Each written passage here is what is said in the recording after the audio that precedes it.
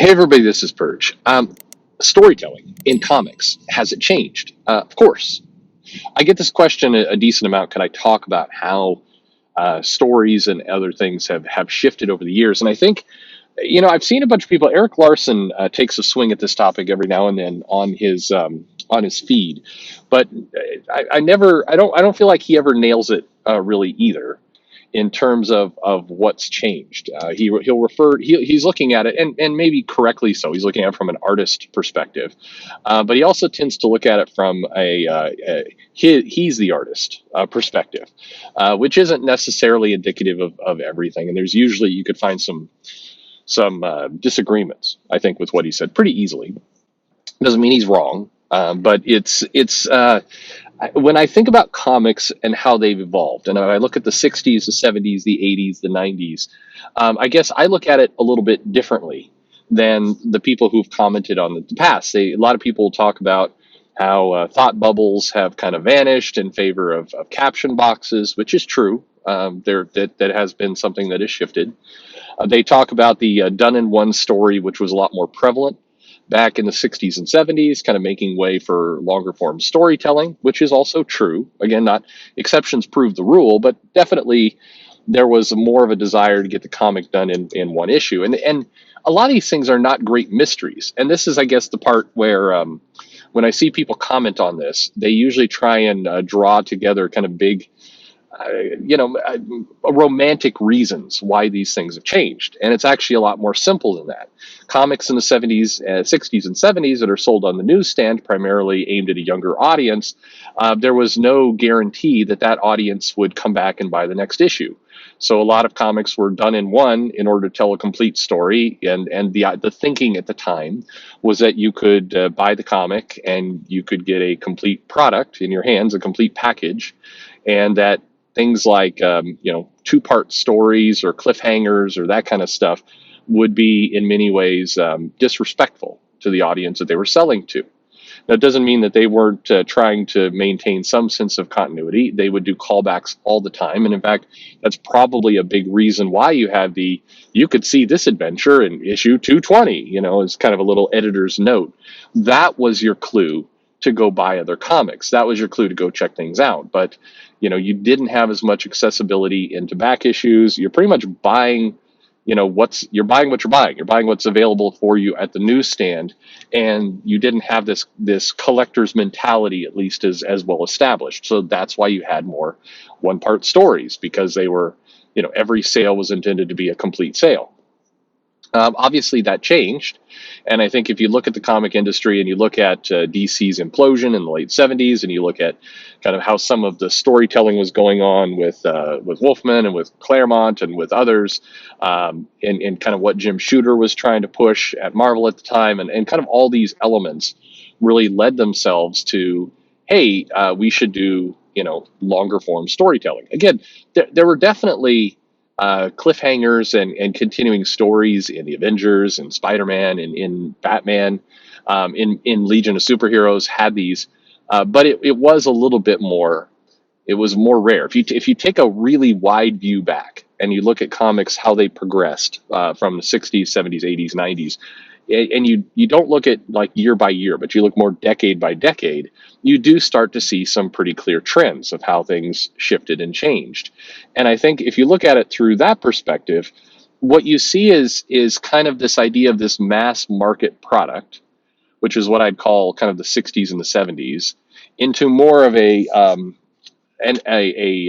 media forward product is probably, that's a terrible name for it, but it's this idea of like, we're going to build a franchise. Maybe that's better. It's a franchise kind of era, which is the 80s and somewhat early 90s. And then the 90s were the excess era, in the sense of, there was no restraining any kind of content. It was just go for broke with everything.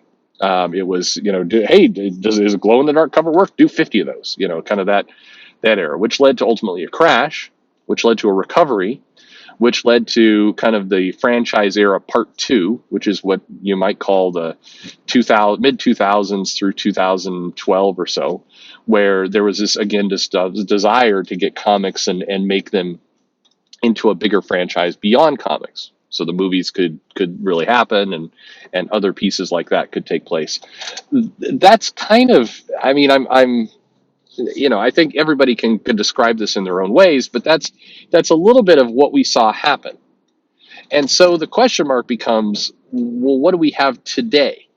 And today, it's almost, the way I would describe it is that the world has flipped, where instead of the comics building up a franchise, the comics are feeders off of a franchise. It's flipped, where the comics are really heavily dependent on things that aren't comics: movies, toys, everything else, the other media efforts. And the comics kind of put themselves in this position to become, very subservient to the movies. You could argue this was going to happen anyway with all of the money that was being obtained through media.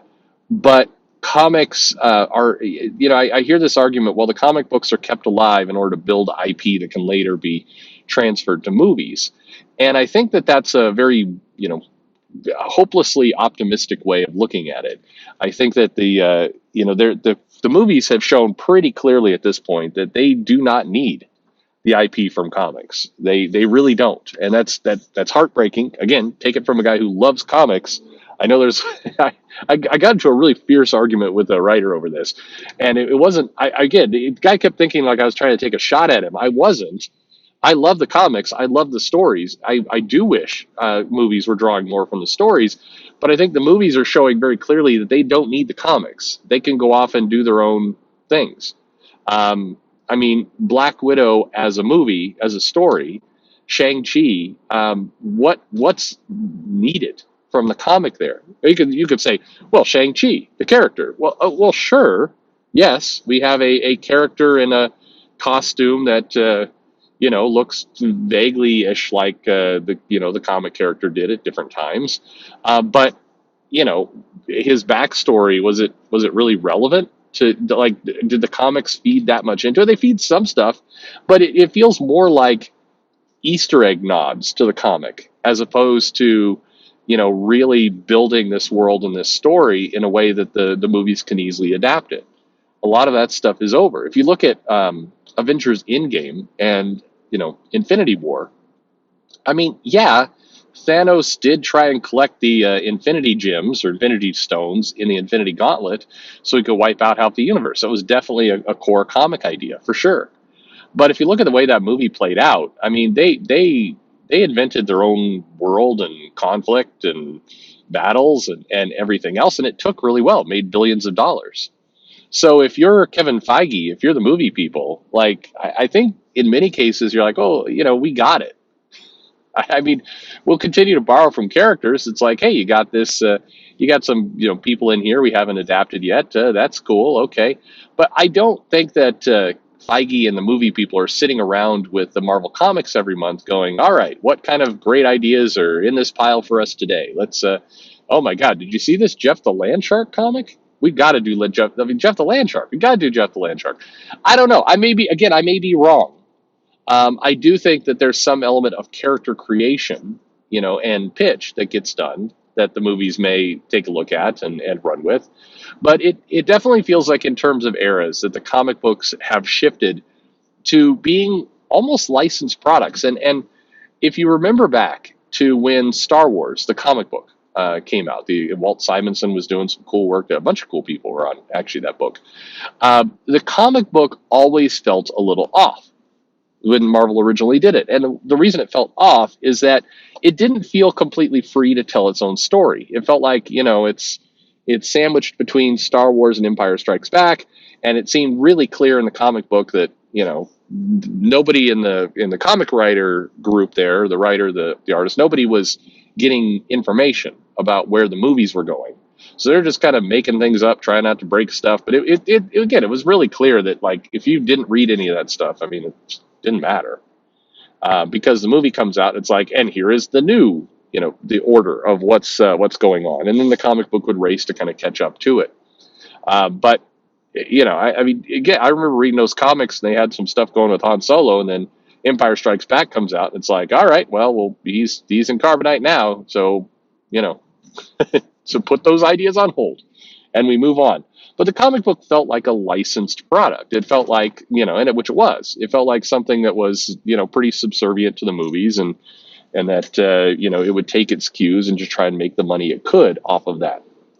And that's where it feels like we are now, with the exception, and it's a pretty big exception, of the indies. The indies, meanwhile, are building up new stories, new concepts, new Netflix pitches, depending on your point of view, and that's what they're doing. So they're going all in on creating new pitches. Unfortunately, or fortunately, depending on your point of view, there are 100 comics to one successful pitch, or one thing that's really going to take off and go. So the ratio of comics to products that are going to get picked up is absurd. Like they're not even remotely one close to 1 to 1. So it just means a lot of comics are being produced as kind of teasers for hopeful shows that could be adapted. They're in franchise mode, like in the 80s and like in the 2005 to 2015 era, but with a lot less likelihood of getting picked up. The franchises are very optimistic, usually done on the cheap. Creators are kind of banking on something big popping out the other end in order to be really made whole. And if they love comics, and that's okay, then it all works out for them. But that's really where the model feels like it's at. Anyway, that's how I kind of look at the different eras. Some people have asked. That's where I see. I do think we're heading to a new place, where something is going to give, and then we're going to get a new way of how these comic books get made.